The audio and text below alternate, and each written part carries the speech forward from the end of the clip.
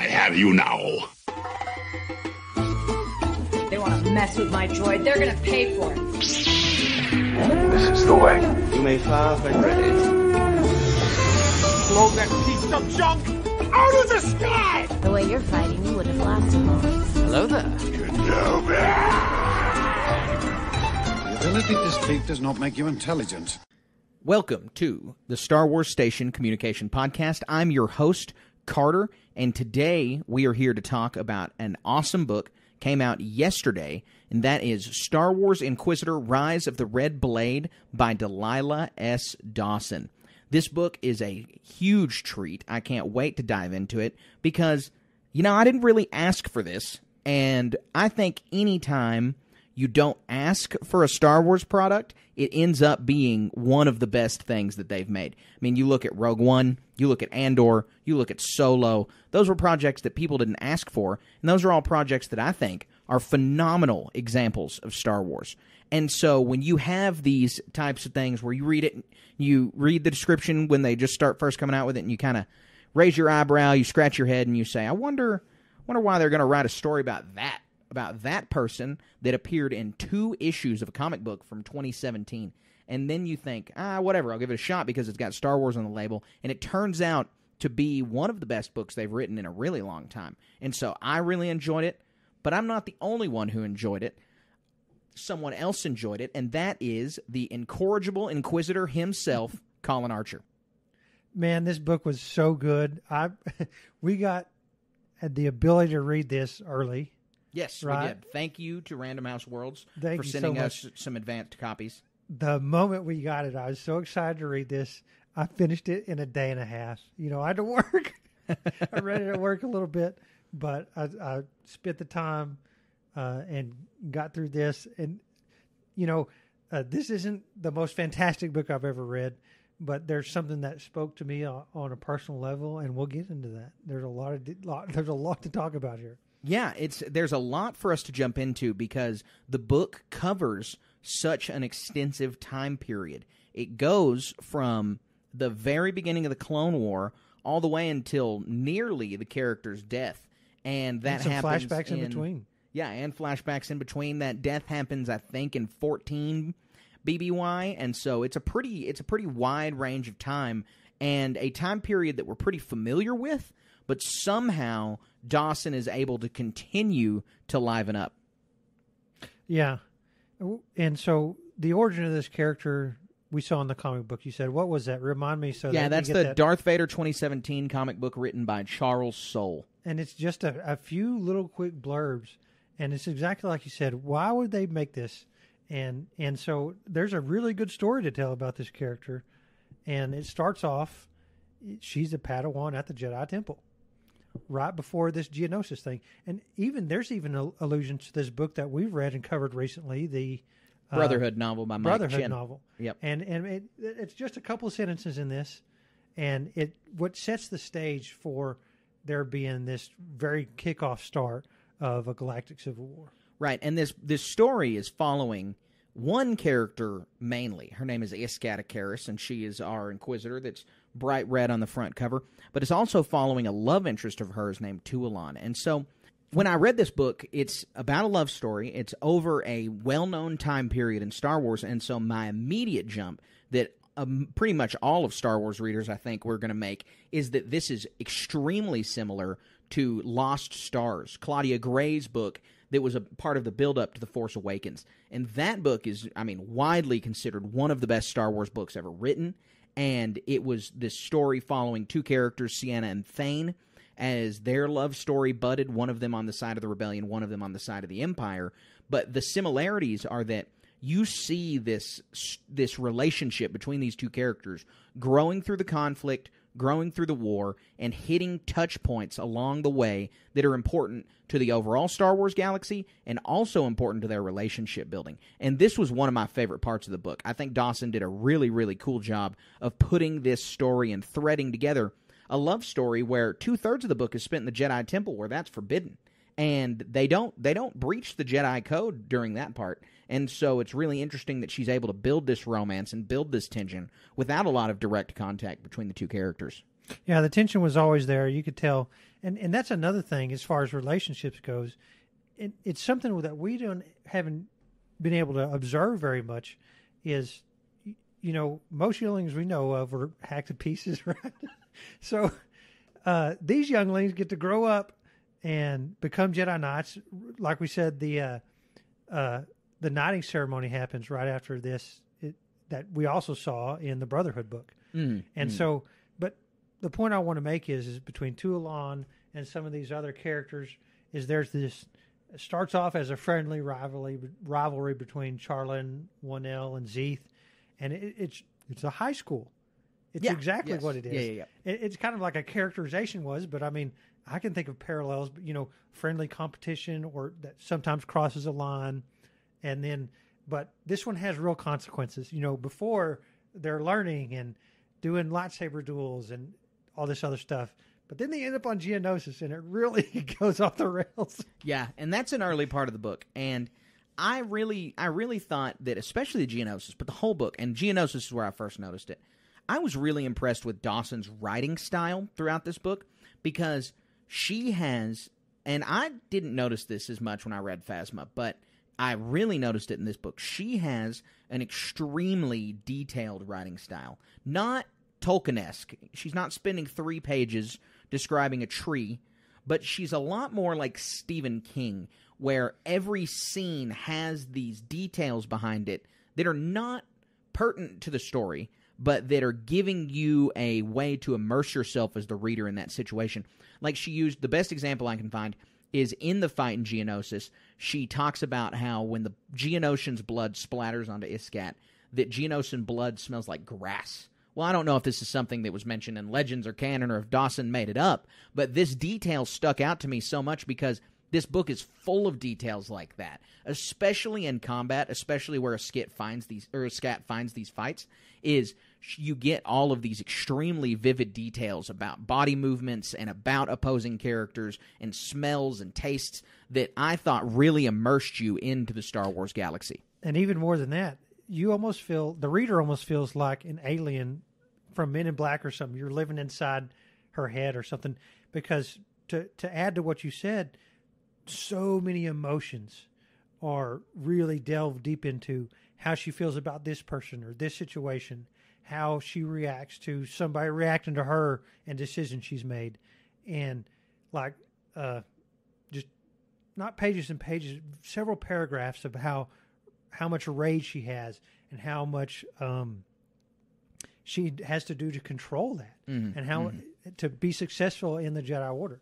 It's really interesting. Well, something that this book does a good job with, that Iskat struggles with, and that is explained through Iskat, and you hate to see her struggle with it, because if you're a dedicated Star Wars fan or a dedicated Star Wars reader, you kind of understand this concept, but it's clear that it's not getting through to Iskat, that the Jedi, and you know, general audiences who watch Star Wars movies will tell you the Jedi are emotionless. And that's a totally fine read, obviously. That makes sense, especially for a movie viewer. But if you're taking the whole lesson of Star Wars and the whole swath of Star Wars and really evaluating the Jedi's philosophy, it's not that they are specifically emotionless. That's not possible with a living, thinking being. It's that when their emotions come to them, they are immediately supposed to basically rubber them off. You know, they're like Teflon. There's nothing that's going to stick to them. Or wait, Teflon. Yeah, nothing's going to stick to them. And so they have maybe a flash of an emotion, but it's immediately dissipated because of their meditation, because of their discipline. Of their values. Exactly.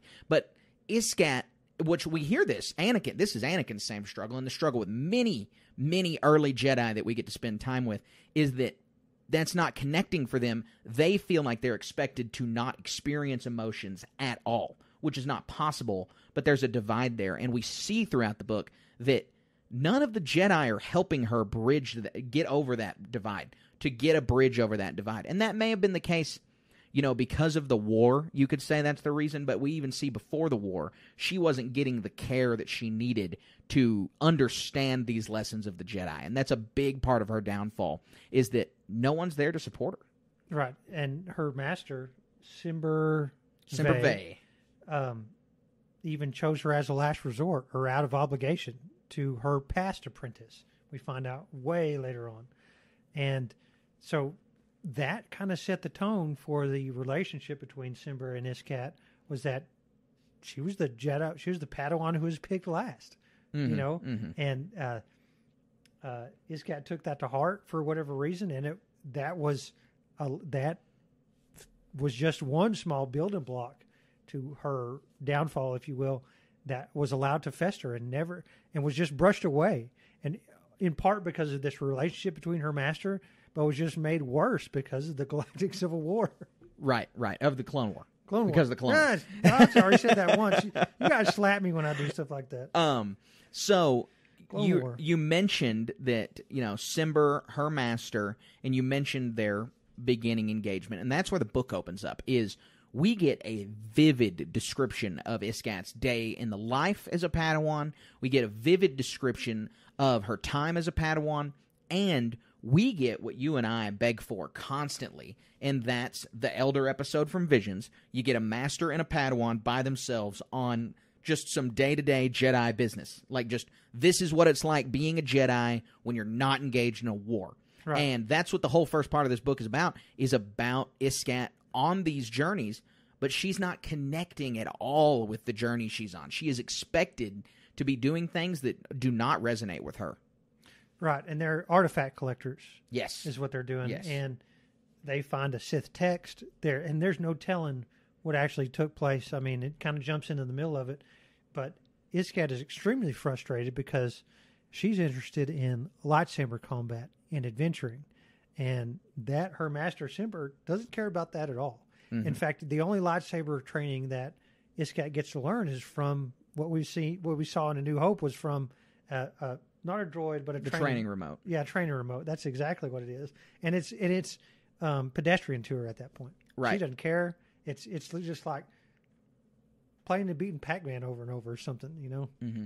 And or Candyland. Like any good book, at the very beginning, you're filled with questions because Iskat is filled with questions, and it's like, why doesn't? There are even mundane questions that are, why doesn't her master want to lightsaber fight with her more? This is a question she dwells on, and well past the death of her master. Right, and you have her considering things like this throughout the book, and a lot of them are presented right here, and you immediately get the sense that this is not a friendly master Padawan relationship. It's not a simpatico relationship. Not like that they Anakin and hate Obi-Wan. each other, but they're not friends. Right. It's very much a boss and an employee kind of relationship, and this rubs Iskat the wrong way, and even beyond her master's death, it continues to rub her the wrong way as she learns more about her master's life outside of her.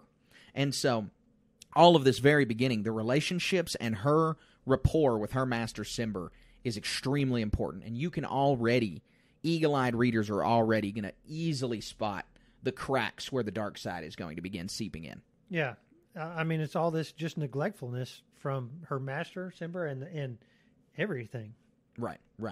So we move through a little bit. They get recalled to the Jedi Temple, and then they're sent to Geonosis. So the opening of the book is the Battle of Geonosis. I love these parts so much. Oh, yeah. I felt like I was there.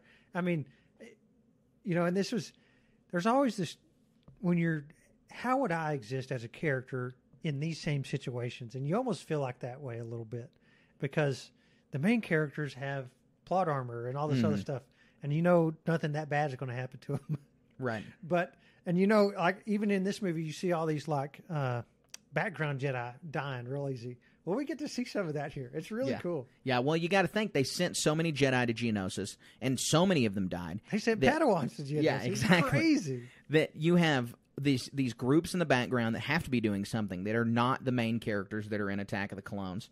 And so when you see the description of the background and the description of the background characters in Geonosis, we talk about it all the time, but this is the importance of Star Wars, and you get characters that aren't even on screen have backstories that are detailed and in-depth, and they were there at these events, and it gives the lived-in universe feel. I mean, Geonosis' arena cannot be a stage where only the main 20 Jedi were involved and you had this conflict. You need to have, for the universe to be believable, all of these things happening behind the scenes. And so anytime those gaps are filled in, it's really, really good. Yeah, it's a treat. It really is. And so one of the things she wrestles with early on with the Geonosians is they're like a guerrilla fighting force. We saw this in Attack of the Clones. They blend in with the walls. They jump out. They begin attacking you. There's hundreds of them. They're bug people. It all makes sense. And so when she kills one for the first time, she has a little bit of an epiphany that, despite all of the trappings of the Jedi Order and the peace and the yada, yada, yada, that those countless hours of lightsaber training have trained her to be a killer. They've trained this child to be a child killer. So the implications of that statement are just off the charts, and Dawson does a phenomenal job. One day, and I'm a military veteran, so I can kind of see some likenesses of what's going on here. One day, you're just doing your job, doing whatever it is, and all of a sudden, you're whisked away to a faraway land to kill the other people. Right. And Dawson, again, I'm going to reiterate this, does this phenomenal job of living in the head of what it's like, what those emotions are like for that, but also this crossing this Rubicon of, I'm this person, I do what I want to do, to now you're a person who's taken a life. Mm-hmm. Mm-hmm. And, I've never done it. I hope never to. But there, and especially for a warfighter, which is what she is now, Iskat, there's a stark before and after point. Yes, but especially when you have been trained, not just as in general society, which not like outside the Jedi Order, Star Wars inhabitants are just killing people left and right. And just like in our society, killing is wrong. No one goes, well, most people don't go around doing that. And so you have her an even further step than in our society, where she has been trained in this religious order that is explicitly trying not to kill people, that is explicitly trying to bring peace to the galaxy, and now she's the one taking a life. And this causes an internal conflict for her that is the internal conflict almost every Knight and Padawan are going through at this moment. This is a very difficult time. We hear this said throughout the Clone Wars, throughout books, throughout comics, everywhere, that this time for the Jedi is so difficult because it's testing all of their youngest on the principles of the Order, and they haven't had the time to have it instilled in them yet. I'd also like to point out that in this chapter, we're about chapter 4 around here, that we see a lot of Iskat's, for lack of a better word, classmates or her, compatriots. They are sneering and they have whispers about her, and she's an exceptional fighter. She kills many, many Geonosians and Geonosists, but they are talking bad about her because of an incident that happened in her past.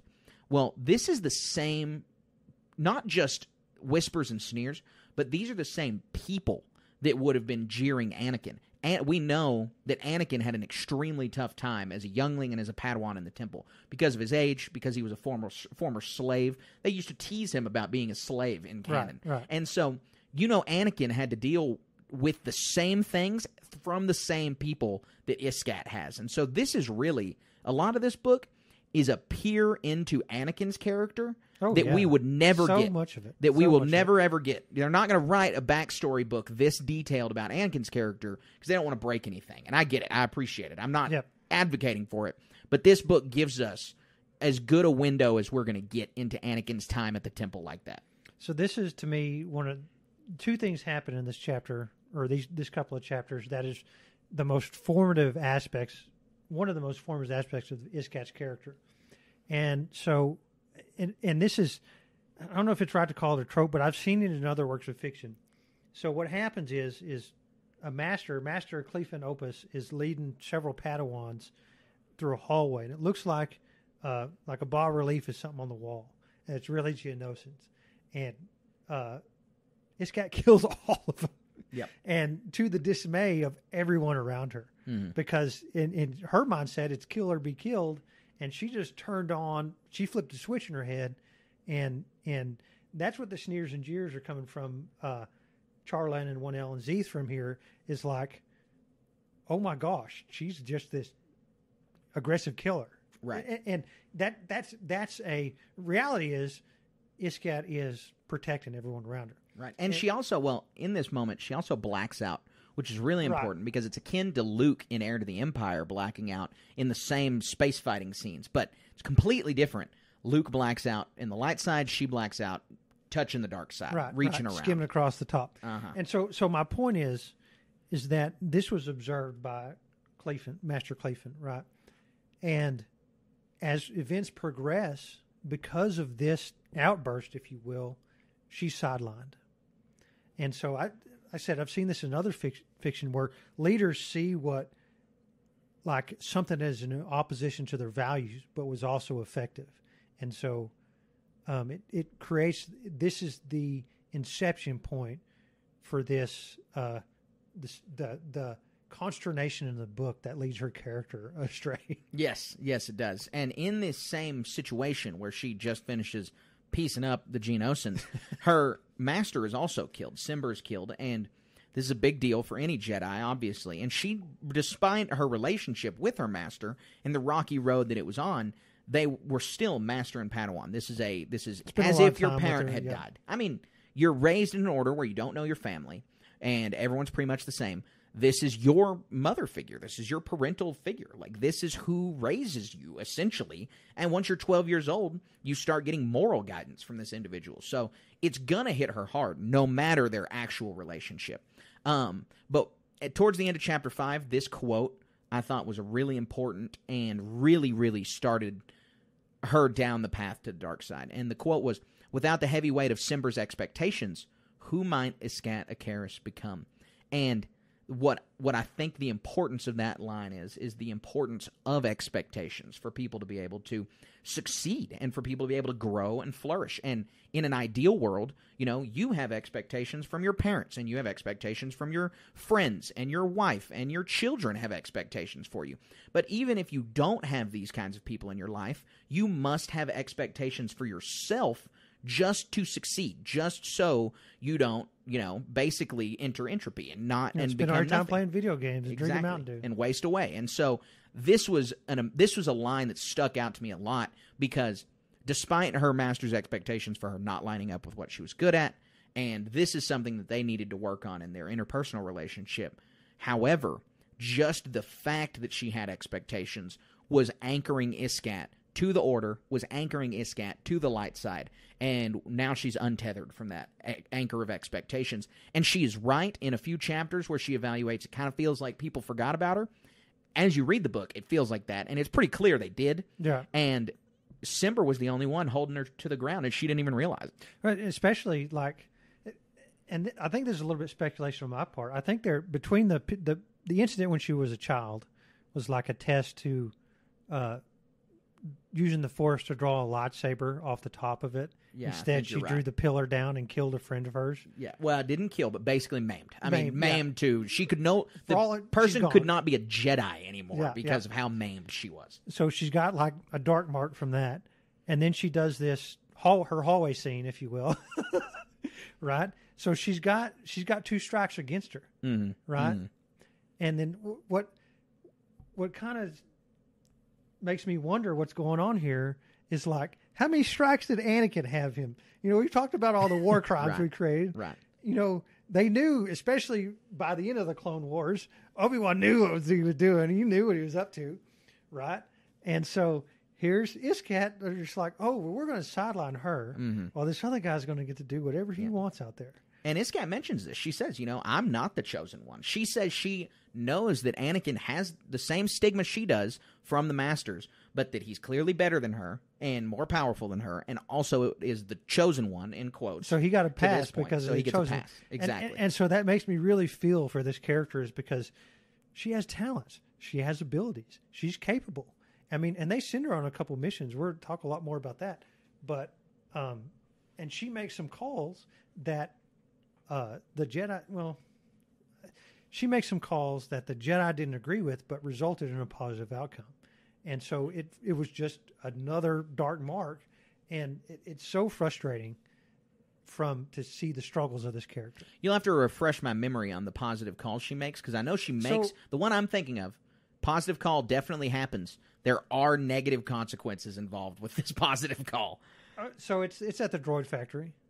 Okay, that's not the one I was. Okay. Oh yeah, no, it is the droid factory. Yeah, she kills a bunch of innocent civilians. She didn't know. I get it. I know she had no idea they were there. But a big part of what the council's talking to her about is, you killed innocent people You got to be more careful. And all she is sitting there in her own head is sitting there saying, well, they don't trust me, and I've succeeded at the mission. That's what you asked me to do. You killed people, though. That's not the same. And she did go outside the parameters of the mission. Right, exactly. Right. So, but her justification was, and I'm underlining that word justification it's like, they didn't tell me anything.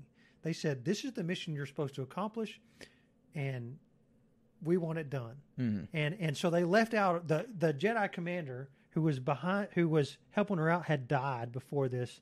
His name is Master Josk.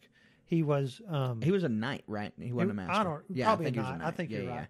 But for in this case, a master, right? Sure. But not exactly. Not. He hadn't been assigned the rank, right? We've had problems with that in the past elsewhere. We saw that coming. But he had all the mission parameters, if you will. Right. And he died, and she didn't. And so her, again, justification was, we have a mission to complete, and I want to do it no matter what. She wants to get back in the good graces, and she feels she goes further down this path of negativity because she's been being chastised for completing the mission. That's what exists in her head, right? Mm-hmm. And so, I don't really want to relay in a podcast, but I've been in similar situations in real life. Obviously, nobody died as a result, thank goodness. But it's like, hey, we have to get from point A to point B, and in so many cases where I feel like this occurs in real life, it feels to me like people's toes are stepped on by the way I accomplished a task, more than the accomplishment of the mission meant to the greater scheme of things.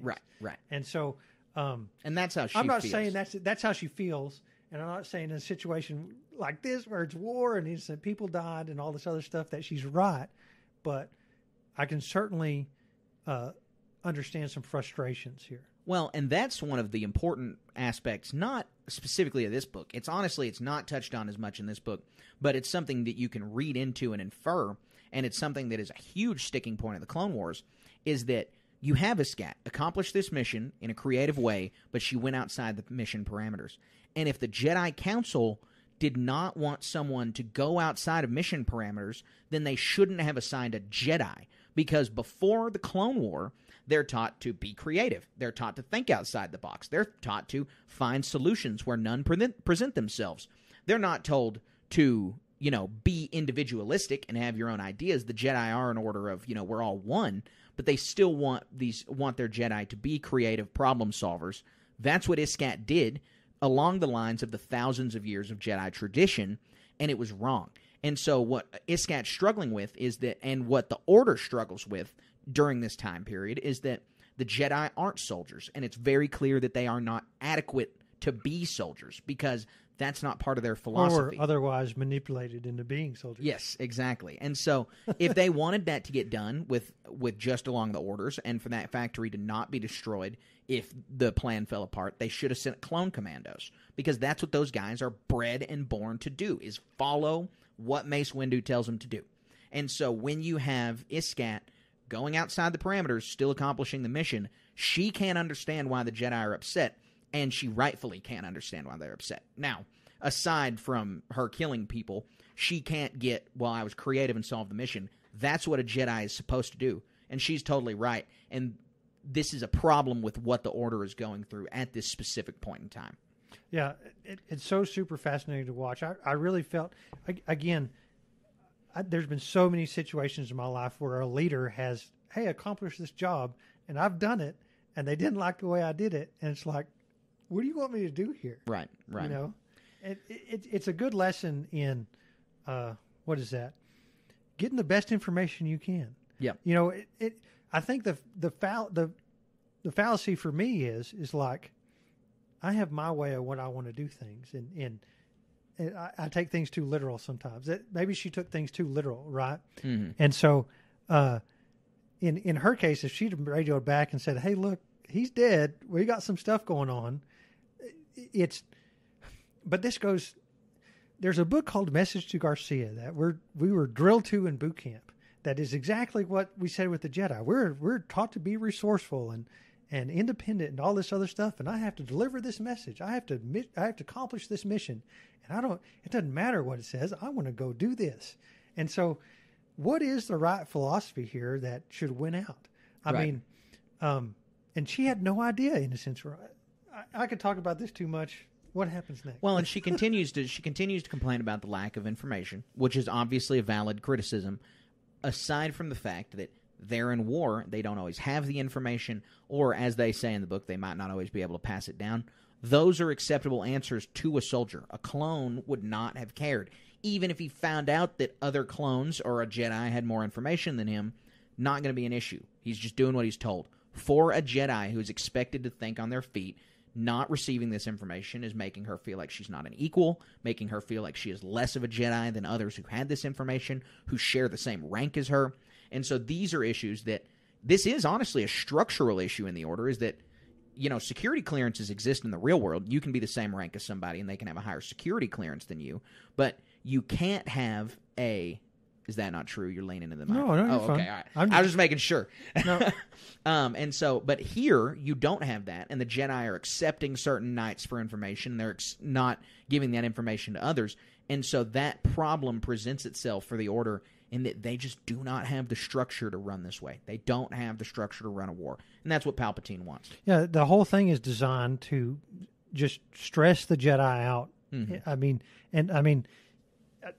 You have to read between the lines a little bit, I think, but the whole thing was orchestrated by Palpatine to take the Jedi to far-flung places, stretch them beyond their breaking point, and find sympathetic people to his cause. It's really cool to see how this develops. It was cool to see, exactly, and how he kept tabs on all of this. And we're going to get into that. We've jumped ahead a little bit.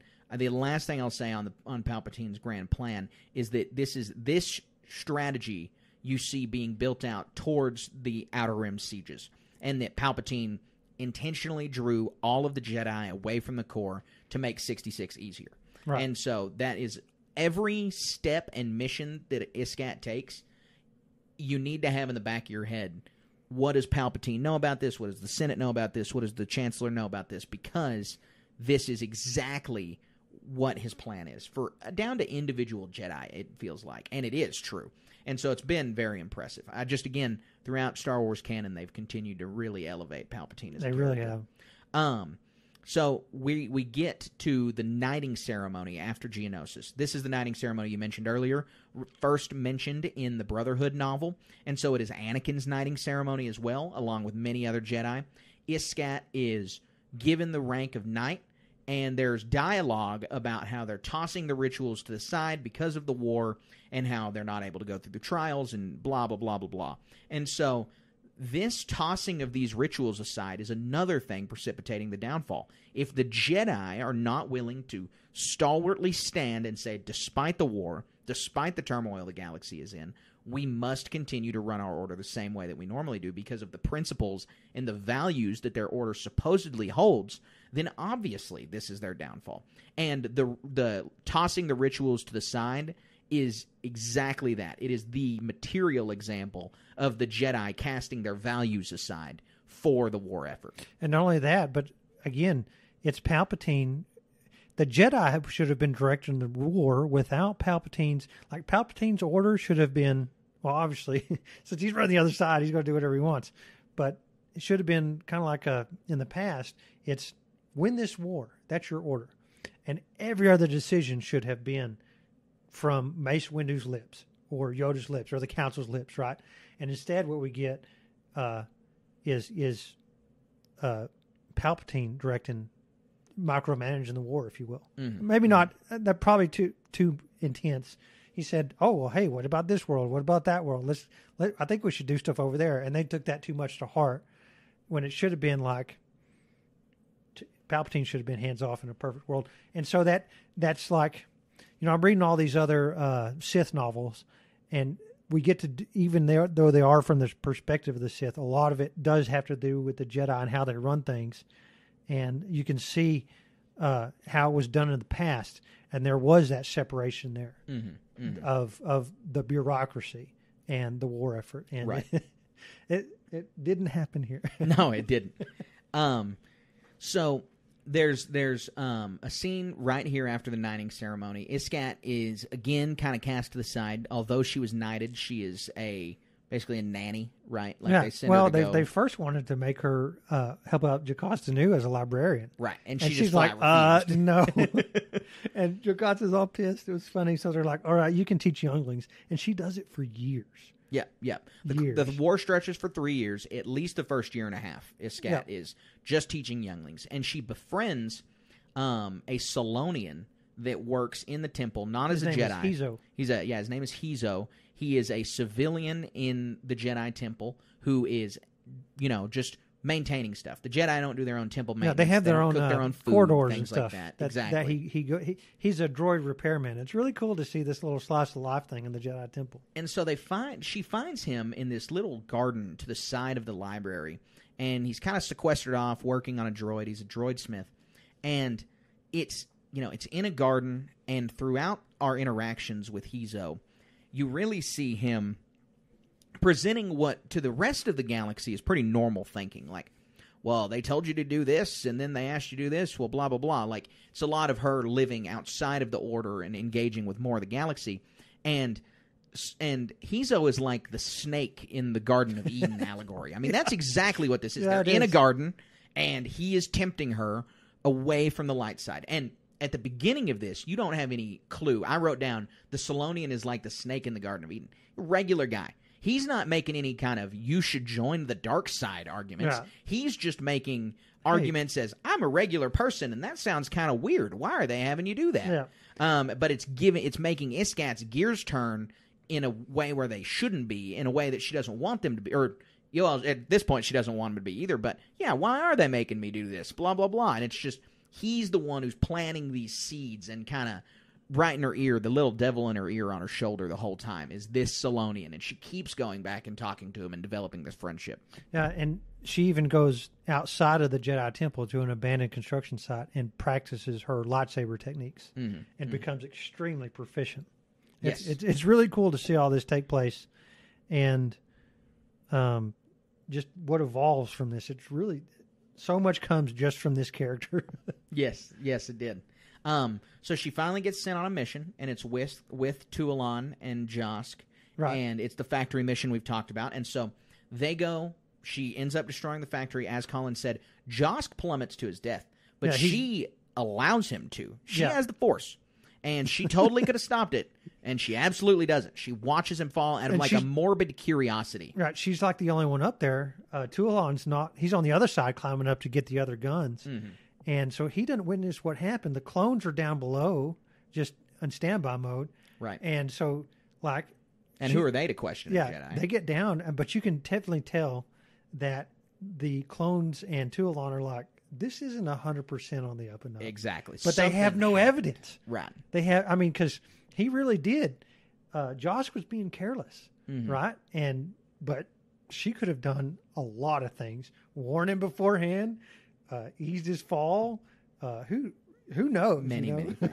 And Tualan, we haven't spoken much about him, but he's kind of the Jedi golden boy, right? Like he's a good Jedi. He had a great relationship with his master. He's not Anakin. I mean, he's not Ahsoka. He's not out there just being the greatest Jedi in the world, but he absolutely is a good guy, and he's following the Jedi Order the way he's supposed to.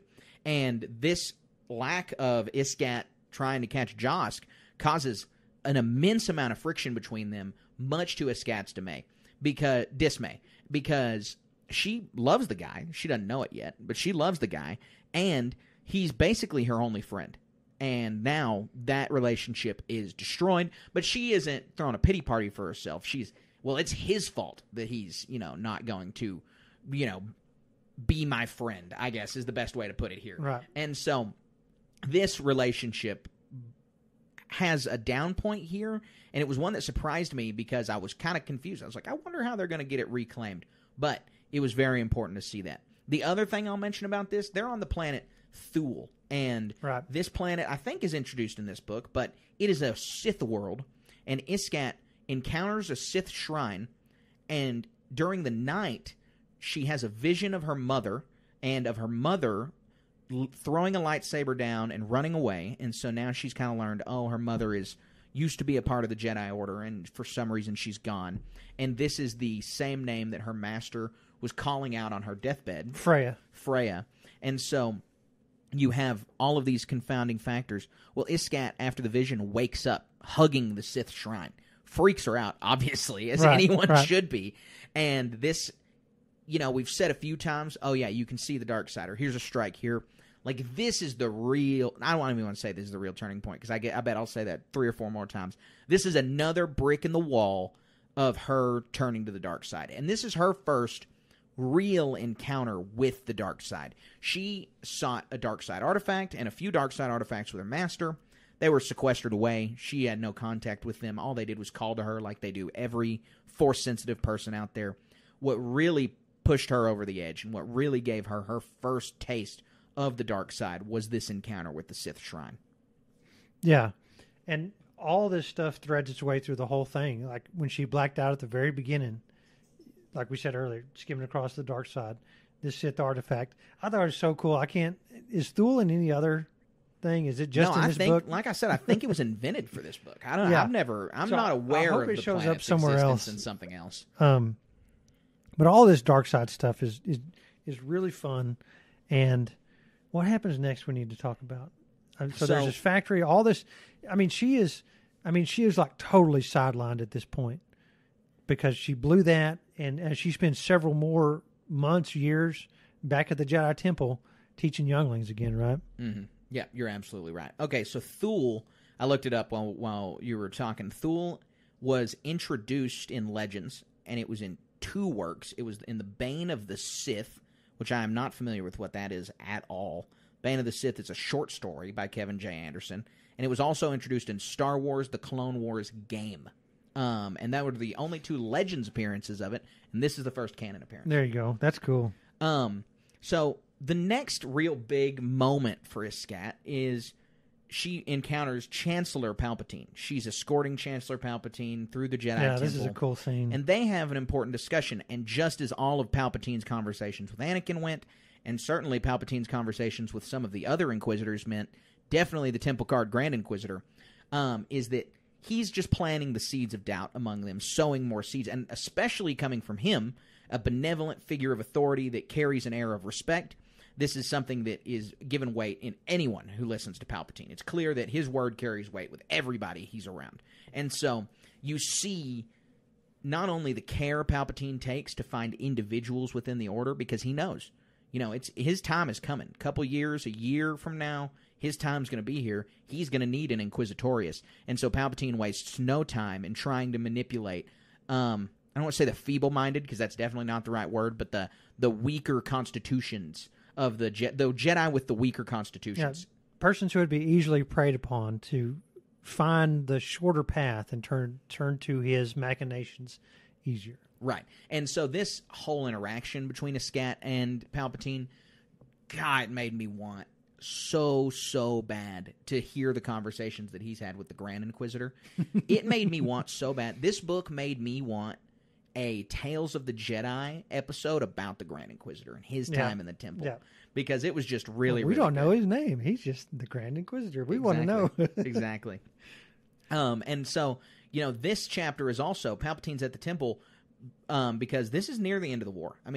Tualon and Iskat are about to get sent out on an Outer Rim siege, just as basically all the rest of the Jedi in the Order have been. There's not very many Jedi at the temple right now, because we're at the end. We're at the end of the Clone Wars. The Siege of Mandalore is about to kick off. The Outer Rim sieges are happening.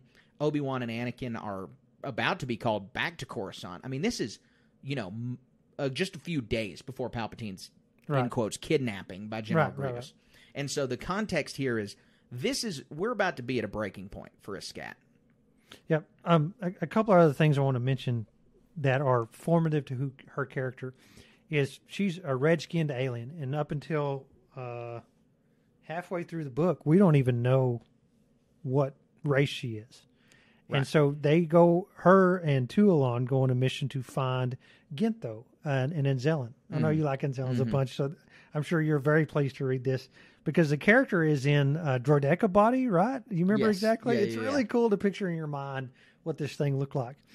But the Enzellan identifies Gintho says, "You're lucky the Picorian here is honest." And so this sets Iskat on a path to find her mother, and or where her mother came from, and it's really cool. And so that Iskat wants. She's asked. I think at one point she asked the Jedi, "Hey, can I go find my mom?" And it's all taking place at this real high tension parts of the war, like you're talking about. And I think Cleefan is who she's talking to. He's like, no.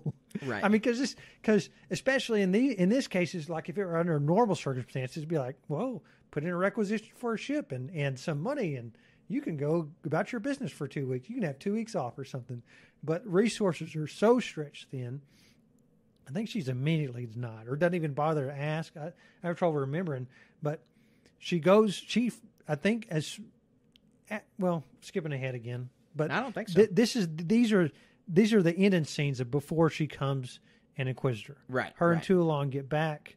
And Zelen Gintho is happy to be welcomed to the fold of the Republic and is going to be a huge asset. It's unfortunate though because we never hear anything about this character again. The book is divided into 3 parts. Basically, when she uses a single lightsaber, when she uses 2, and when she uses the Inquisitor's blade. But the book is really divided into 2 parts, which is before Inquisitor and after Inquisitor. And these 2 chunks are obviously the important flip and turning point for her. The last thing to say about her time as a Jedi, before we get to her time as an Inquisitor, is her relationship with the other Jedi in the Temple. She has the same relationship with Mace that everybody does, and that she kind of is leery of him. He's so powerful. She thinks Yoda's a weirdo, like every Jedi does. She doesn't know Anakin and Obi-Wan very well. Like, she's just got these relationships with our main characters, just, a little on the side. But she has a really strong relationship with a Jedi master named Cleefan Opus. And he was the Jedi master of her master, so he's Cimbervay's master. And he's an Askagian, which I don't know what a male Askagian looks like, because a female Askagian is I'd have to say this in the most delicate way possible. The female Askagian is the sectuple-breasted woman who is singing in Jabba's palace. That's what a female one looks like. And so in this book, they keep talking about how Master Cleefan's got these water sacks. Right. That when they're filled, he looks very regal and he looks very important. And when they're empty, he's all kind of frail and skinny. And that's got to be what they're talking about. And I have no idea what a male Askagian looks like. I don't think we've ever seen a picture of one before. I didn't make that connection. I appreciate you doing that. And it makes me wonder how he actually spoke, like the tone of his voice. Like, was this high, whiny pitch or not? Or like a tiny voice, but not whiny. I don't know. Right. Yeah, because also, this is worth pointing out, almost all of our book reviews we do on our podcast, I read them, Colin listens to them. Colin was forced to read this one because we weren't provided with the audio early. We were just provided with the written copy early. I read it in the day. And so you don't know what he sounds like. We don't know what Mark Thompson made him sound like. I doubt, actually, I'm sure Mark Thompson was the narrator because it's a female lead. So I don't know who narrated the audiobook this time. So we're essentially at the end of Iskat's Jedi rope. Her and Tualon are sent on a mission. And Colin, if you could remind me of that planet, that would be awesome, if you know. But they're sent on a mission to the Outer Rim, on the Outer Rim sieges. And you get the sense as the reader, just by holding the book, oh yeah, we're about to get to Inquisitor time. Yeah, I mean, physically you're holding it. It's towards the end, right? Right. I'm looking at this. Give me a couple more pages. Oh yeah, no, it's okay. It's all right. And so we have her on the planet with Tualon, with Captain Spider. They're going throughout their mission like normal, and all of a sudden, there's this huge anticipation of because like word in the galaxy is like they're sent to go. They think Grievous is here, and so after watching these movies, and you see what they were told, they thinking they're going to go capture General Grievous, right, and their mission is not to kill him; it's to capture him. So not only that, but they're like.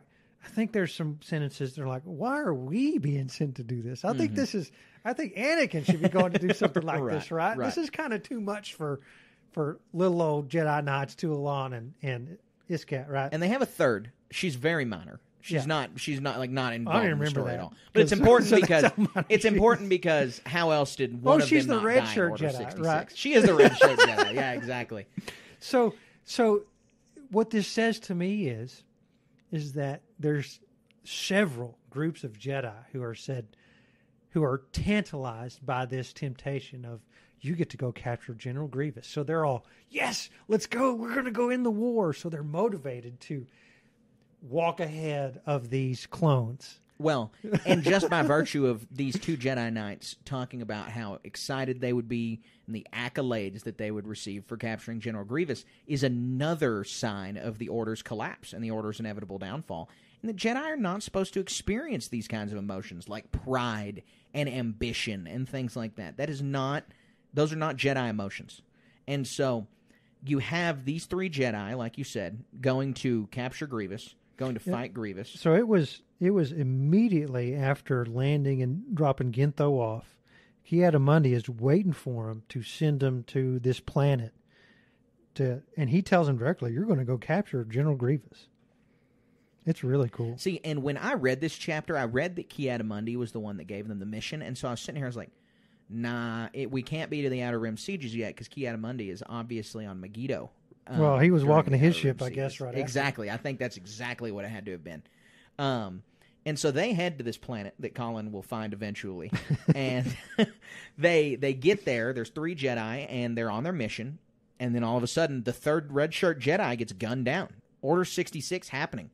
Well, you then have the clones got the Emperor Palpatine hologram, and they turn to her, and the clones do not fire. And this was awesome. This was awesome. Like, this was so cool.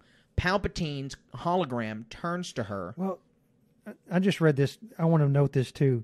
She felt all the Jedi die in the Force. She felt in her very soul in the Force. Right. Thousands As of lives as all the snuffed Jedi out in had. seconds. It's so... I really love seeing these other perspectives. And it's just like the cut-up scenes that we've seen, of Ahsoka. And then they cut that into Yoda. And they cut that into... Right. Obi-Wan, all these all other of the things. Order 66 scenes spliced the together. whole mashup Yeah, scene. Yeah. And this is her little mashup scene in this. It's cool. Yeah. And so she's turned to by the clones, and Palpatine's hologram that says execute Order 66 tells her, you can Here, throw you away. want me to read it? I got it right here. It's cool. Yeah, go ahead. Do you still question the wisdom here? Do you still question the wisdom of the Jedi Council? Do you wish to embrace the talents you have been forced to repress, the passions they deem unseemly and dangerous? Do you wish to see what has been selfishly kept from you, so that you might remain a pawn of lesser beings? Do you wish to be free? So this is like the sales pitch to be an Inquisitor. It's really cool to see. Yeah, I mean, this is just explicit dark side temptation, but obviously she's going to take it. She just found the Order die. She knows if she doesn't take it, she's going to be killed. And this is our major motivation, and she's just a survivor. It's also extremely personal. Do you want to know more about your mother Freya and how she died because of the Jedi And Order? it's obviously personal because of Palpatine's been keeping tabs on her, and the Solonian has been feeding him information. And so cool. You have cool. all of this info for Palpatine, but her main motivation is she knows this is wrong. She can tell this is a temptation by the dark side, but she has to go because she feels like she's going to die. She's never going to find the answers, and she would die in vain for an order that she doesn't feel much kinship to. And so she goes. She hops on a ship. She leaves. But she leaves Tualan to die. She cuts him off from her in the Force. She severs any kind of feel that she would even have for him in the Force because of the results of their relationship. She doesn't even want to cope with the fact that he's about to die. And so she leaves, and for all intents and purposes, Tualan is dead. We think he's done. Yeah. And then she gets thrown into a brig. She gets transported to an unknown location. Oh, I found it finally. Okay, the name of the planet is Fong. Frong, F-R-O-N-G. Frong. And so... Sorry. No, that's okay. It was bugging me. I had to find it. And so she is sent to another place. She is kept there for an indeterminate amount of time. And this is basically just to break her will, as you can see. And she maybe a can't small tell test. time passing. Yeah. She has to escape from her little prison, and I think once they figure she's about to break out, they're like, "Oh, hey, well, come be an Inquisitor." Yeah, and she gets thrown in another brig, and then she finally gets taken to Coruscant, where she gets taken to the Grand Inquisitor. And so she has this interaction with the Grand Inquisitor. She doesn't really understand what her goal is here, or why she's here, or what's going on. She just kind of knows this is of the dark side, that the Grand Inquisitor is extremely powerful, and then they lock into a lightsaber duel. Grand Inquisitor has no problems dealing with her. Obviously, they needed to maintain the food chain here. Right. Iskat is a very powerful character, but they can't overpower her because the Grand Inquisitor's got to be better than her, and Vader's got to be better than him, and Palpatine's got to be better than him. And so you just got to have the food chain going the whole time. And so she fights in a really good... All of the fights in this section are in the Inquisitor section of the book are super good because they're all lightsaber on lightsaber, and they're all really, really entertaining. Yeah, they really are. I mean, and it's a stark contrast of like, you know, I was lost, but now I'm found, I guess, kind of thing. And she goes from being just waiting for her next mission to doing her own thing and kicking butt while she's doing it. It's so cool. Right. So after her fight with the Grand Inquisitor, he takes her on a mission that is essentially her test of becoming an Inquisitor, and they take her to one of the planets that Simber had mentioned she wanted to go to before the war kicked off, and this was to get a Force-sensitive object. She goes there and deals with this Ortolan traitor that she has met before. Gamadar. And so she's engaging with Gamadar, and the Grand Inquisitor is telling her, you know, you need to get this item from him in whatever way you can and whatever way possible, implying that you don't have to kill him, but we need this item. When in reality, he was never going to let her not kill that Ortolan. She had to kill that Ortolan. That's exactly right. She knows it. The Ortolan knows it. The Grand Inquisitor knows it. The freaking robot in there knows it. The droid, the IG-88 droid. And so she had no choice. Only the illusion of choice here. Right. And so the test is, or the requirement is, to shed your kindness. Throw away your past. Right. Which is a requirement of, I guess, being evil in general. Well, yeah, because, you know, the Inquisitors and the dark side in general believe that they are above this being. This Ortolan doesn't have the Force. This Ortolan is lesser than them. So killing him doesn't matter. It's the same as squashing a bug. Right. And so that's something that the Inquisitors want instilled in their Inquisitors, is that you are great. You are the greatest being in the galaxy. Now, they make it very clear. The food chain thing is very clear through everybody. They know they're not literally the greatest in the galaxy, but the whole point of the Inquisitorius, for Iskat specifically, but for all of the Inquisitors, is this embrace of destiny, this embrace of being in charge of your own destiny, this embrace of freedom. That as Jedi, each Inquisitor had some reason that the Jedi Order wasn't clicking with them, unless there's someone in like Trilla's case from Fallen Order where she was, you know, forcibly changed into an Inquisitor. But if you willingly went to the Inquisitors, it's because they're offering you something that the Jedi Order didn't. And in almost every case, it has to be freedom. And that's Iskat's. And so after this mission, she receives her crisp, spinny helicopter lightsaber. She receives some nice new duds, and she gets to meet the big boss again. She meets Palpatine again. She puts all the pieces together. She finally understands what happened, how this all came to transpire, that he is the guy in charge.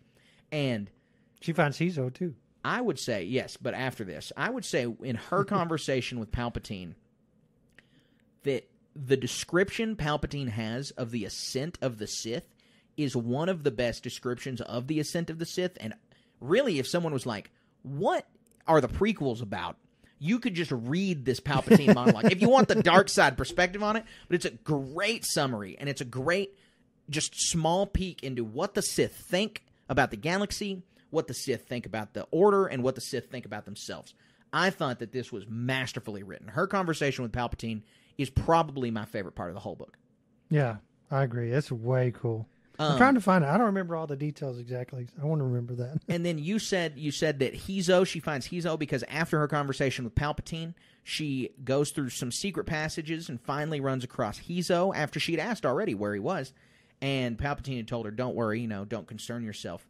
Palpatine tells her that Hizo was his agent this whole time, which that was crazy.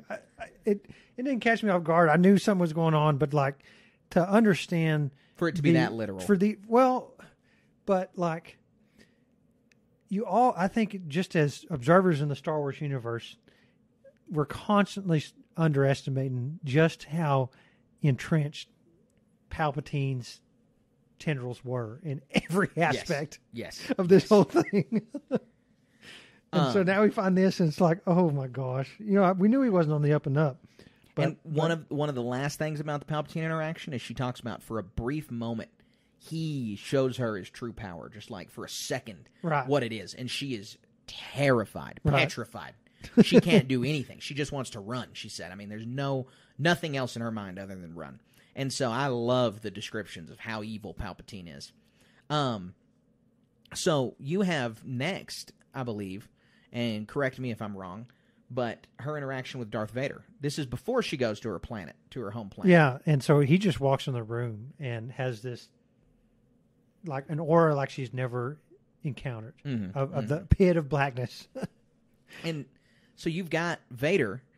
These authors have got to have a style guide for Vader because it's always so good and it's always the same because they always talk about Palpatine's a vast, cold, empty chasm. He is an endless void.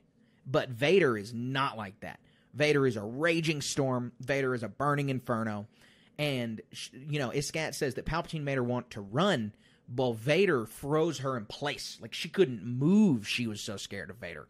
And so you have the descriptions of their dark side every time. It's just like A1, syncs with all the other books, syncs with the other descriptions. It's a really, really good way to frame fantastic. This. So she encounters Vader. She kind of cleverly, tries to defeat him and is, obviously bested. But she doesn't have to walk away with the same scars that other Inquisitors did. Vader cut off a lot of limbs. All he did was, turn her hand into dust. Yeah. Cut her hair off and turned her hand into dust. Yeah. And so this is her second time to the med bay. She already had an encounter with the Seventh Sister.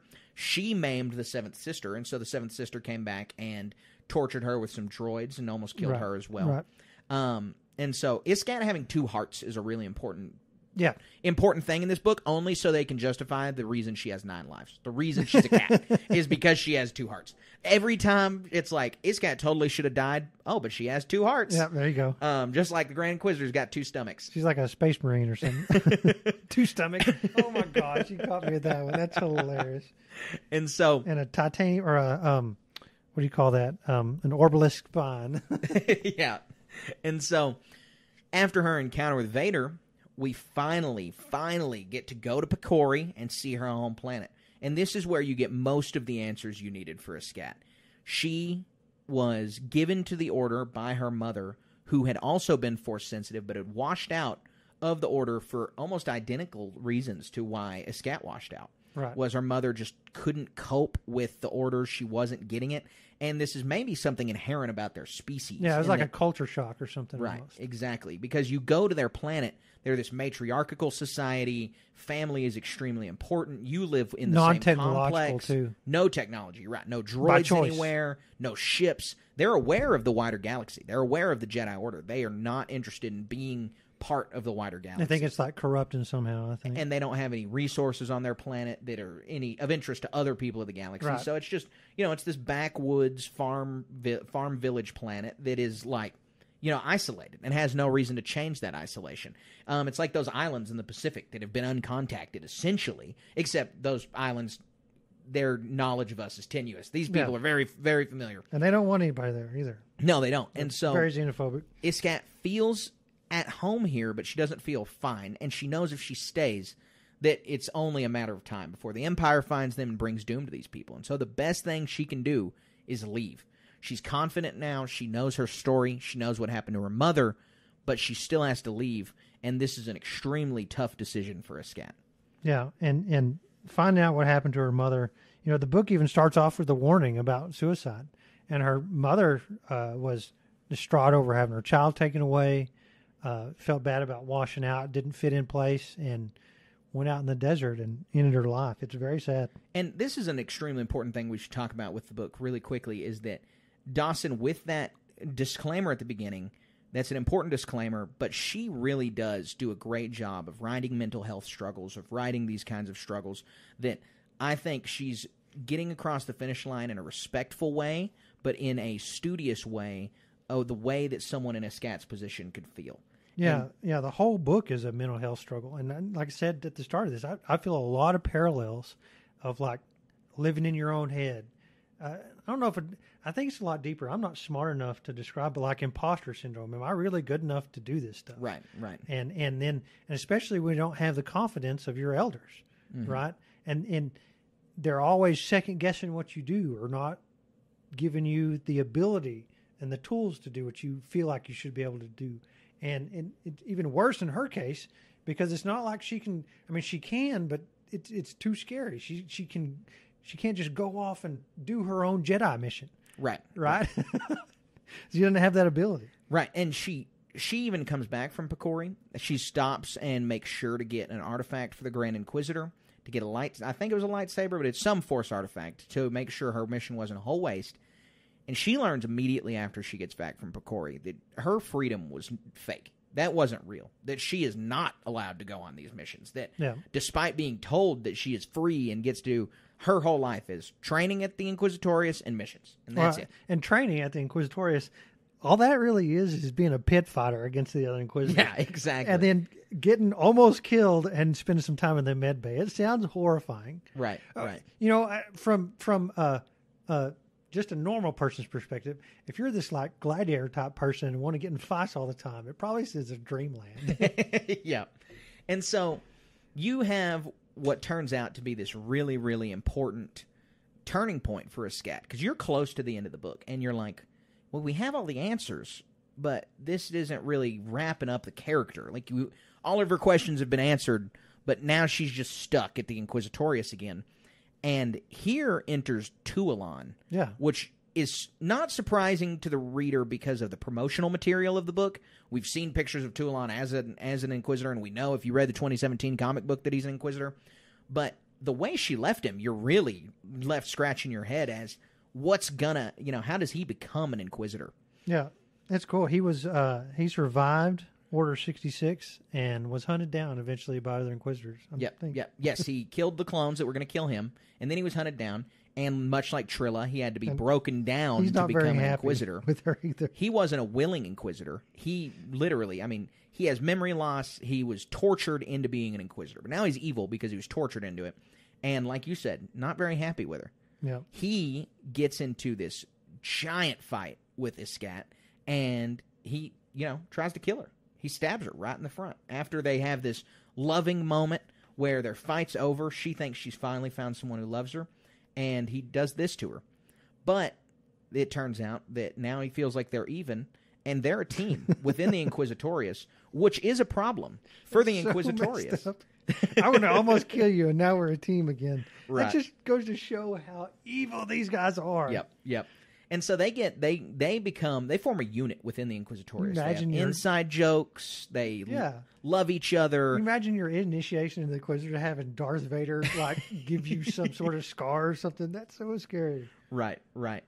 And so you have this little love story. Colin, we glossed over something that happens that is before Tualon. And that's with Master Cleefin, right? No, Tualon. No, this is after. Right after. So Tualon becomes an Inquisitor. They have this little lovey-dovey engagement, and then they're sent on missions that are overlapping by mistake. They've traced to this bounty hunter's lair different Jedi that they have been hunting, and this bounty hunter is a Jedi collector. And they're having a competition who can find and complete this mission. There's more than one Inquisitor stealing each here. Other's missions, which is obviously a tried and true Inquisitor thing. And so they get into these fights. Iskat dispatches Tualon's Jedi extremely quickly.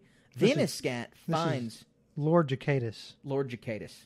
Lord Jacatus is the bounty hunter. Yeah, that's right. And so Iskat kills Tualon's Jedi that he was hunting, and then Iskat confronts Charlin, who was essentially her bully from the beginning of the book. Right. And is still trying to belittle and bully Iskat.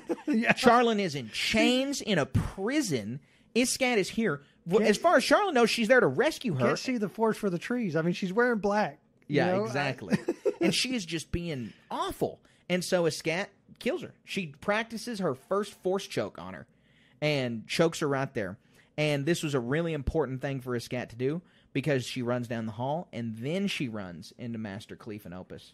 Yeah, and he's trying to get his lightsaber back because he didn't want to die. He wants and he thinks, "Oh, Iskat, you're back. You're here to rescue us." And she's like, no." And Iskat has this conversation with him that was really, really important. And her perception of him is pretty interesting because she talks about how pathetic it is that he went to go get his lightsaber before he went and saved the others, and he talks about how awful it would be that he did this. And I'm thinking, well, he had to have done that. But also, she is just taking everything that he's doing and trying to mold it around how he isn't the perfect Jedi, and nobody was the perfect Jedi, and everyone felt like her. Tualon and everybody else. She wonders this about Tualon, if he really had the same doubts, or if he was just tortured into this. I mean, there's all these different kinds of things that she learns through this interaction with Cleefin. But she dispatches him really easily, too, and it ends up with her drinking her drink of choice in this lair. And she just celebrating the fact that she would killed those 3 Jedi right there. Yeah, and then she went on to kill the bounty hunter, too. He comes out and is like, "Oh, hey, let's be a team. Let's do all this other stuff." Because I don't know if he'd encountered an Inquisitor at this point. Right. And so he was kind of like desiring some sort of like mutually beneficial relationship. She's like, no, it just kills him too. Yep. And so she gets back, the Grand Inquisitor is pleased, and the book really wraps up with what we were talking about earlier, with her and Tualon forming this bond, forming a relationship, and beginning to love each other. I felt like Tualon's memory loss was written a little sloppily. I felt like the whole end with Tualon was a little rushed.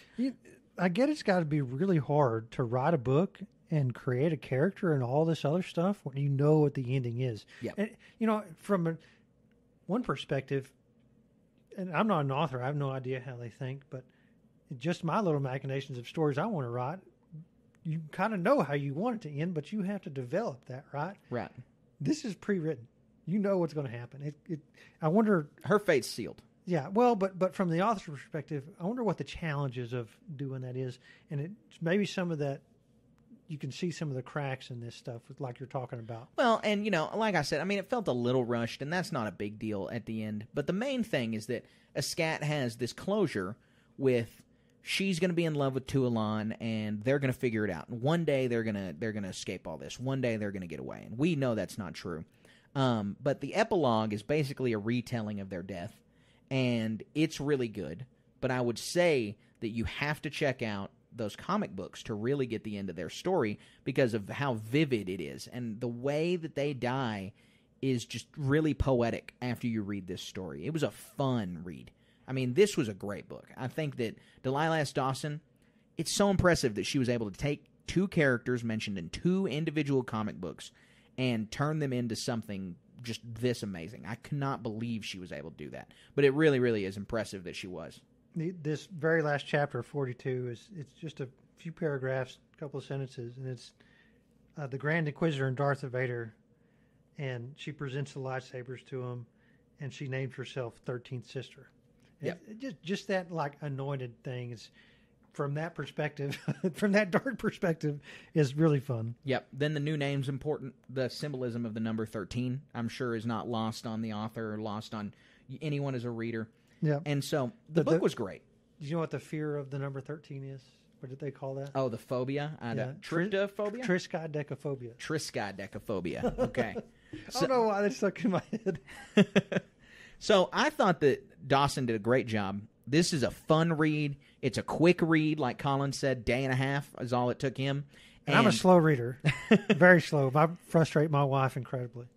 And so it is just a great read from start to finish. If you love the prequel era, if you like the Clone Wars, if you want to know more about the Inquisitors, if you've ever been curious about how the inner workings of the Inquisitorius works, inner workings of the Jedi Temple, the way a Jedi falls, you want a compelling villain story. I mean, there's a bunch of reasons to pick this book up. I say, the High Republic novels have been great this year, and they've done a really good job, and so I kind of want to accept those, but this is maybe the best Star Wars novel of the year so far. Oh, well. for as well read as you are in these Star Wars books, that's high praise. Well, yeah. I think she just done a very good job. I was very impressed with this book. And I went in with low expectations. I have to be honest, not because I don't think that Delilah Dawson is a super competent author, but because the subject matter was just something that I was like, I don't know how interested it's out I'm of gonna left be. field. I mean, like you said with the High Republic, you have this whole framework in this in a story and characters within that story. This is brand new. Right. And I tend to like ensemble Star Wars stories better than I do individual stories and character studies anyway, but this really turned that presupposition of mine on its head. Yeah, so my biggest takeaway is how just living in this character's head and the struggles that she had, and I can see a lot of my own personal struggles in this, and so a lot of this resonates with me on a personal level. Obviously, I'm not going to go get a lightsaber and do something. I'm not going to turn to the dark side. Right? I'm not going to turn to the dark side, right? I have rightfully figured out how to channel my powers and energies into very positive things,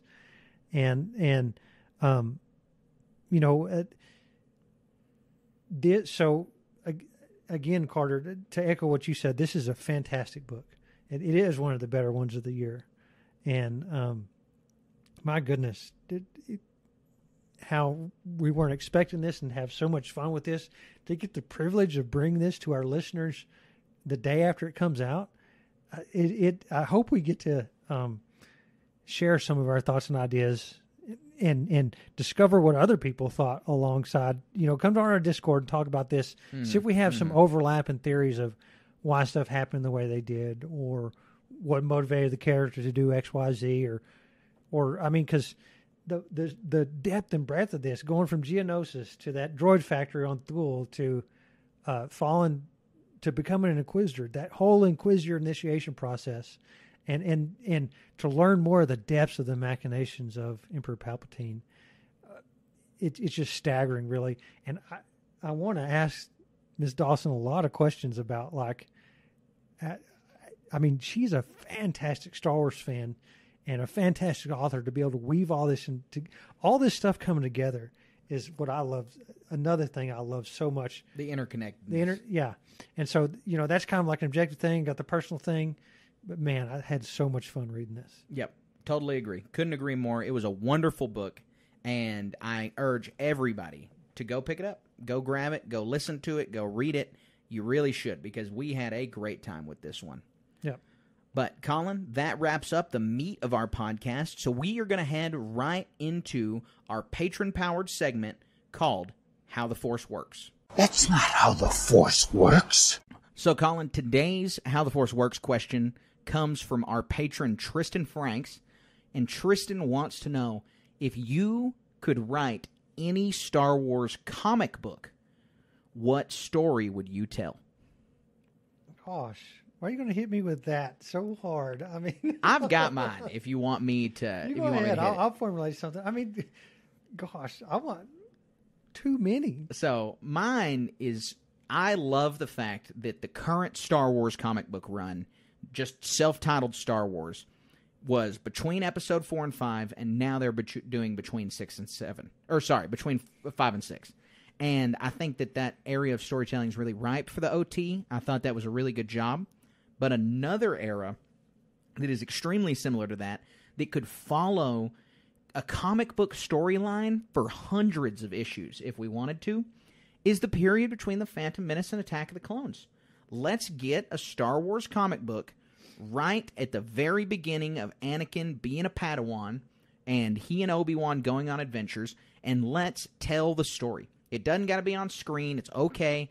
We could get an Anakin, because they had a 5-issue limited series, the Anakin and Obi-Wan, or Obi-Wan and Anakin comic book. The art was gorgeous. The story was fine. And that was kind of it. And it was one little story right before Attack of the Clones.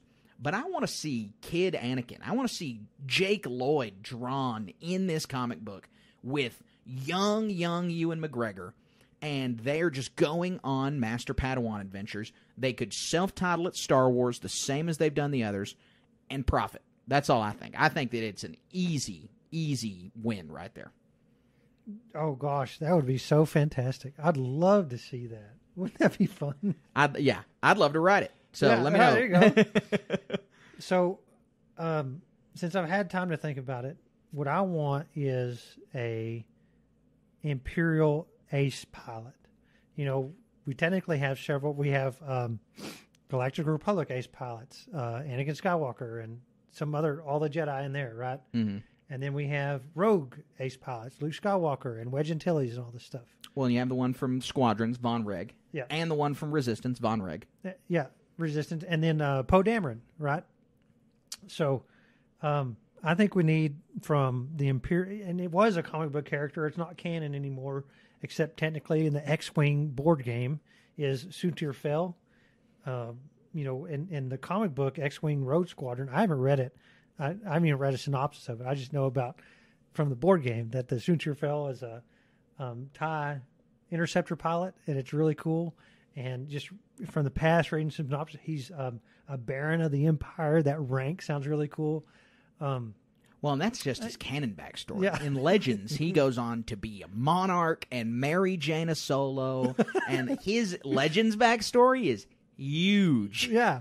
So, I mean, there's no reason that somebody can't do something. I think that's kind of a big ask. I mean, it'd be kind of, a lot of this Legends continuity, we don't see Talon Card anywhere. We don't see a bunch of this other stuff. Right. So, I think some sort of Imperial Ace pilot would be fun. So there is a story that takes place just days before Return of the Jedi called Star Wars TIE Fighter, and it's about an ace TIE Fighter pilot. I don't remember the guy's name. He's not as cool as Suntir Fel. He's a regular TIE pilot. But it's about this pilot who's a TIE pilot at the very end of the Empire right there, and you should really check out that comic book if this is a story that you want to hear told. And it's a canon story? Or it's what canon. is it, a Yeah, comic it's book or a story? Or yeah, it's a 5-issue miniseries. Okay. Yep. And so it's really good, but I think that's a great idea. Well, I'd love to see some stories about Suntir. something elevated like that. I mean, because doesn't Suntir Fel he's redeemed and becomes part of the rebellion at some point, right? Yeah. I mean, it doesn't have to necessarily be him, but there's a lot of Mandalorian stuff. Who's the one? The Mandalorian? Finn Rao. We just watched Protector of Concord Dawn last night. Man, I love it. I love Finn Rao. Best Mandalorian ever. And the short of it is, I want a successful pilot who's not a resistance or a rebel. Yeah. Right. And you're right, because the good guys are filled with the ace pilots, especially in canon. So that makes sense. Would you do 5 issues, 12, or an ongoing series? Oh, gosh, I don't know. Ongoing, I guess. I want this character to be somebody, to be relevant, or maybe see him in the Mandoverse. You want him? You want like a Dr. Aphra thing with him? Just keep going, telling their story in their own little pocket. I get it. Sounds good. Tristan, thank you so much for that question. That was a good one. We love talking about all of our little ideas. As much as we wish that Lucasfilm took them, we still want to keep talking about them on here. So keep sending us these questions. If you want to ask us a question, all you got to do is go over to patreon.com/Star Wars Station and submit a question over there. So our next segment is going to be the HoloNet News. You made the HoloNet. Colin, we've got some big news stories to talk about today. The first one is only tangentially related to Star Wars, but it's worth talking about. Bob Iger, CEO of Disney, recently did an interview with CNBC, and I think that this interview is being misrepresented in a lot of ways, in a lot of places. So this interview is about the financial troubles that Disney is having, and, their movies haven't been doing super good. There are 2 active strikes right now. There's a lot of problems for large movie companies right now. Well, Bob Iger's in this interview talking about how he's going to turn it around, what he's going to do. We've already seen Disney plans on selling some TV studios. There are rumors they might sell to Apple. But in this interview specifically, the CNBC commentator is asking Bob Iger, what's the move for your next movies? What are you going to do? And he kind of leads him in the direction of, has Marvel gotten too big? And a lot of people now are putting in headlines, Bob Iger going to cut Star Wars productions. And it's like, the guy doesn't even utter the word Star Wars in the whole interview. The other guy interviewing Bob Iger says the word Star Wars once. Bob Iger doesn't even acknowledge it and only talks about Marvel. I am very frustrated that so many Star Wars commentators are jumping all over this to spell doom for the franchise when Bob Iger doesn't even say the word Star Wars. Yeah, this one, I saw this headline and it frustrated me as well. There's a lot going on in the world. There's a lot going on at Disney. I'm not going to say I'm smart enough to pinpoint exactly what it is. I think, it's a discussion we've had a lot and we could rehash a bunch, is putting out too much at once. Before, when it was hand animated features, they came out several years apart, and it'd take years for things to go to VHS, and they had the vault, and it would still take years for things to go to DVD until just recently. Yeah, months at least. A movie in the theaters hitting streaming services the next month it's like brand new to this year. Like we didn't even have that really in COVID. And Iger even talks about that. It's like there's fatigue there of transition from a movie studio to a TV studio to working on this stuff and then putting it on a streaming platform. And from the other news tidbit about those streaming platforms don't make any money. Right. And so before I've heard other stuff where people who make movies in the past, they would make a bunch of money when a TV came out on the screen, and they wait a bunch of time, and they make a whole bunch of money when they sold DVDs to individuals as well as rental. And that will never exist. There's not going to be those nostalgia times of going to that movie rental place and getting Pizza Hut pizza, right? And enjoying that. Not going to happen again. We're not going to go watch all the Sandlot in the couch, staying up all night drinking Mountain Dew or Pepsi or whatever it is, and having a good time. I haven't done that. That doesn't happen anymore. It's kind of sad. It is sad. But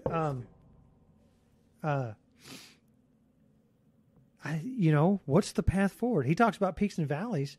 I think it's a valley for sure. I have no idea what the peak is. We'll see. And with this rumor about selling to Apple, I'll be interested. And I don't even want to begin to think about if that is a good idea or not, because it's only a rumor for now. And so until it's a little more material, then I'm not going to. We're in uncharted spend territory. some time on that. We're in uncharted territory, and I think the better way to look at it is there's opportunity here. Yeah. And so it's real easy to fall into a trap of like clickbait headlines and the world's going to spin off its axis, and we're going to get more people who look at this saying Star Wars is going to fail. Well, have you not listened to this last bit of this podcast and what a fantastic time we had talking about this book? Right. You might have to find a needle in a haystack in some cases, but you're finding a golden needle when you find it, right? Yep. So let's not just rag on Disney. We'll also rag on their child company, Lucasfilm, for a minute. I love Lucasfilm, I love Star Wars, but occasionally they miss some things. And one of the things that they are missing is the head writer for the Lando series, which you probably haven't heard about since 2020, has said he hasn't heard an update on the Disney Plus series since 2020. So the guy they hired to write it, despite Donald Glover saying in interviews, I'd love to do it, I want to do it, blah, blah, blah. It's difficult to get our schedules aligned. And Kathleen Kennedy saying, we want Donald here, we love him, blah, blah, blah. It's just our schedules lining up. Well, the guy who's supposed to be writing it, he's not going to lie. He's not saying anything other than, I haven't heard a word about it. And this doesn't surprise me at all. And this all comes amidst of that writer's strike with no end in sight. Mm-hmm. And so, has he written anything? Is he in the midst of writing something or hasn't put a single word to paper, Does this give? Well, and this has been 3 years in the making. Disney can't blame the strike on the fact that there is not a word written about Lando anywhere. They announced the series, they refused to cancel it, and they just keep leading fans on. I would, really, and I think this is being honest. If they were to have announced the Lando series alongside all these new movies coming out, or basically any future Star Wars project, any word on it at all? If I thought the Lando series was actually going to happen, it would probably be the thing I am most excited for in Star Wars. Oh, God. Lando is my second favorite Star Wars character of all time. I've got his action figure on my shelf. I love Lando. Glover did an amazing job playing him. I loved Solo. I would be all over the Lando series if I even believed for a second it was real. And I don't at all. I have no faith in this production at all, and it's sad that I don't have any faith that they're going to be making this show. It's a crime. It's crazy. It really is. I want to echo what you said, but Donald Glover really does it. I mean, it's you almost, can't do it without him. Like in so many characters, like Lando is Billy D. Williams, right? Until Donald Glover came along, he's like, oh my gosh, we got to have this. He's certainly someone I would be willing to accept wholeheartedly. Just like I accept Alden Ehrenreich as Han. I mean, I think that he did a great job too.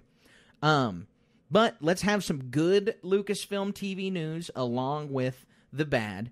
That is that Leslie Headland, the director of The Acolyte, has said that it is going to feature more Jedi than any other Star Wars content. That's crazy. Yeah, isn't it?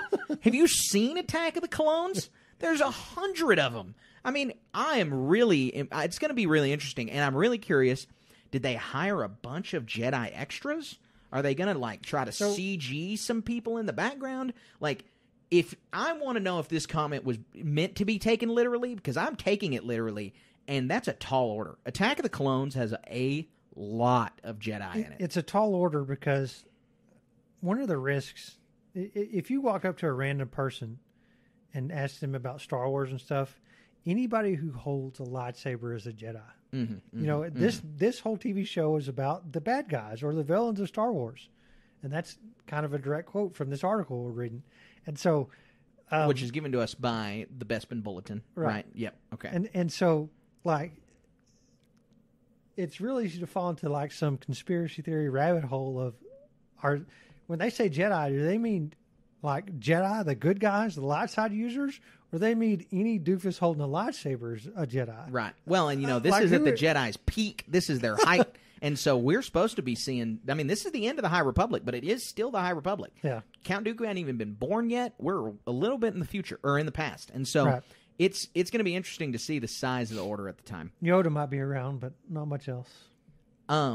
This last piece of news is one that I feel obligated to put in here, because anytime we hear any kind of sniffling of a rumor of this, someone could walk up to me in the grocery store and tell me what this headline says, and it would be in the news section of this podcast, because I am going to will this into existence. We want this so badly. And it is, John Boyega says he is open to all opportunities for a Star Wars return. And before he said he wasn't going to have anything to do with it. Exactly. Right? This is from Star Wars Newsnet. And, Boyega knows that Disney's got the cash, and so I'm sure a big part of it is the paycheck that could be involved. He hasn't had a role like a Star Wars role since then, so I assume he hasn't been getting paid in a role like a Star Wars role. But other than getting paid like that, Finn deserves it. That character deserves it. I think Boyega deserves it, especially surrounding the way he was treated around those movies. And so it would be such a treat for us to get him back on screen as a Jedi in the new movie. And honestly, him giving an answer like this and giving an interview like this kind of makes me lean to he might actually be in the new Rey movie. I hope so too. And him being alongside Rey as like a master of her new Jedi Order, I'd sell me on that. Please do it. Now, so cool. We're 15 years in the future, so they need to be equals. And if this is the case, they need to roll it out soon. Say he's coming back, and quit calling it the Rey movie and just call it the Finn and Rey movie, because he deserves just as much billing as she does. He does, really. And so this was great news. We just had to touch on it like we always do. But, Colin, I think that wraps up our news segment. And so now all we got to get to is our Star Wars moment of the week. We would be honored if you would join us. All right, Colin, what is your Star Wars moment of the week? Mine's really fun. I look forward to this every year. It's July as we're recording this, and in the middle of July, every year, Hallmark ornaments come out. Have you seen anything to do with all the Hallmark? And so, in the Hallmark ornaments, they have this wide array of very vast subject matters, but they always have Star Wars stuff. I did know that. I knew the Hallmark Star Wars ornaments. And so, there's some really cool ones. My wife purchased one for me already. It's Jabba the Hutt. But the store didn't have the one that I'm most excited about, and it's the end scene of Empire Strikes Back with Darth Vader and Leia. Oh, wow. And Han Solo is on the platform, and this ornament does this. I was so flabbergasted when I saw this. Han Solo goes down into a little cup, I guess, and uprises Han Solo and Carbonite. And the whole time, this ornament is playing the direct dialogue from the movie. I love you. I know. That is amazing. And it's got sound effects and light effects. It's $60. It's totally worth it. The value is off the charts, and so that's just this year. And over the last several years, I've collected some, and I think you might have seen this, but this set that you could collect in the past, it's the Death Star, an X-Wing, a TIE Advanced, and I think a Millennium Falcon, and it reenacts. You press a button, and it reacts and lights up and does dialogue from A New Hope throughout the course of the whole movie. You know, it's just straight up audio from the movie. It's got all the actors talking and stuff, little lines and stuff, and so the quality of these ornaments is off the charts. And yeah, they come out in July. It's kind of silly, but that's when you got to buy them if you don't want to pay like higher prices for them off eBay or something like that. Right, for the resale. So it sounds kind of like an advertisement. It's not. I really enjoy these things. But if Hallmark, you want to advertise, then let us know. We've got an email. I love these things. They're fantastic things, and you can find them on Instagram all over the place. They should. We'll probably repost one. Somebody doing something. You can check it out there. And they're a lot of fun. That's awesome. I have so much fun with these things. That's a good one because, you know, I'm a child of Star Wars' December releases because that's, you know, I mean, the first Star Wars movies I got to see in the theaters were the sequels and the Rogue One and Solo. And so I'm a big Star Wars as a Christmas thing. Star Wars has the December feel to me much more than it does May. I don't know. I mean, when it's hot outside, I don't want to feel like I'm on Tatooine. I much more want to feel like I'm on Hoth. Like I watch The Empire Strikes Back around at Christmas time every year because it's the best Christmas movie. And so I just think that's really cool, and the holiday ornaments are a great way to celebrate Star Wars and Christmas. It really is. My Star Wars moment of the week is one that I'm just super happy about. It's a little bit of a rehash. Rewatching Rebels for the 1,000th time since we began this podcast, not just mentioning before this podcast existed how many times I watched it. But I'm watching it with Cassidy. We've been going slowly through it. But I had a terrible day yesterday for many, many reasons. But anyway, I was frustrated. I just came down from my shower to come sit on the couch. She immediately turns on Rebels right where we needed to be. And we watched through it for a couple hours. And it really turned my whole day around. That's awesome. So it's just great when Star Wars can make you feel that way. And your loved one knows how it can change your mood that quickly. Right. Isn't that so valuable? And I'm glad you can share stuff like that. I hope people can absorb that message and understand the value of relationships and the value of what we talk about and what we live through every day is relieved by such fantastical things that we observe like Star Wars. Exactly. So I mean, great. we already pay our Disney Plus subscription. It's essentially free. We already paid for it, and so it didn't have to be some giant thing or gesture that cheered me up. It was just her knowing and thinking that I'm in a bad mood and that Star Wars is what's going to cheer me up. It was great. That's great. Yep, it absolutely was. Well, Colin, that wraps up today's podcast. We thank you guys so much for listening to us. We had a great time with this book. I mean, really, you got to go to the store. You got to pick it up. Pick up a copy. Go listen to it on audiobook. Let us know what you think. Come over to the Discord. Go to our Facebook group, the Star Wars Station Cantina. Post about it in there. And keep talking with us about it because we really, really want to keep talking about Iskat Akaris. I can't wait until she pops up again. She is certainly going to be in something, we know. And so I can't wait until that happens. But until our podcast is back next week, you guys can follow us on Instagram at starwars.station. You can find us at Twitter at SW_station. You can give us a 5-star rating on Spotify and Apple. And that is huge. We really, really appreciate when you guys do that. You can also find us on patreon.com/Star Wars Station. We've got tons of awards and tier rewards there. You can listen to exclusive podcasts. You can hear our exclusive RPG podcast. You can hear all kinds of stuff over there. We have all kinds of Instagram-related tier rewards. We've got T-shirts, all kinds of stuff. So go check that out at patreon.com/Star Wars Station. And be sure to check out our new project, Warhammer Station. And Carter, this thing is really kicking off. I've been streaming. I think I've streamed 3 times this week. I've been too busy. I've been getting those email a lot more. alerts. And I've got a recurring commenter in the chat. And I'm preparing for a tournament this weekend down in Dallas. I'm traveling down there. It's a brand new edition. The army I'm playing, I don't have high expectations for my efforts just because of I'm not following the IT crowd, I guess, but engaging with people on the Twitch chat, and that's twitch.tv/Station Media, has been an immense amount of fun.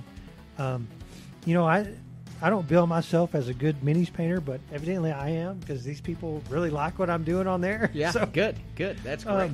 It's a lot of fun getting interact. The guy he lives in Germany too, so that's what's so fantastic about the internet and this podcast and all this other stuff is it's not like we're talking to our friends here. We get to connect with people all over the planet. Yep. And it's so fantastic getting to hear about other cultures. And like, this guy drives a 4-wheeler, a Raptor 700, Yamaha 700 to work every day. Oh, I don't know how that's possible, but that just goes to say how different our cultures are and how learning about stuff, connecting with people is so valuable. Absolutely. And I'm glad I get to do it through mini painting. We already do it through a lot with Star Wars, and a bunch of these other things is so valuable. I couldn't agree more. That's awesome that page is taken off for you. We have just loved doing this project, guys. If you're listening to this, we appreciate what you're doing, and you are doing the number one thing that helps us, and that's listening to this podcast. Hey, last thing I want to say is we're doing a full-on Ahsoka coverage starting next month. We're going to be doing that the whole way through. It's going to be a lot of fun. I hope you can join us for that. So looking forward to Ahsoka.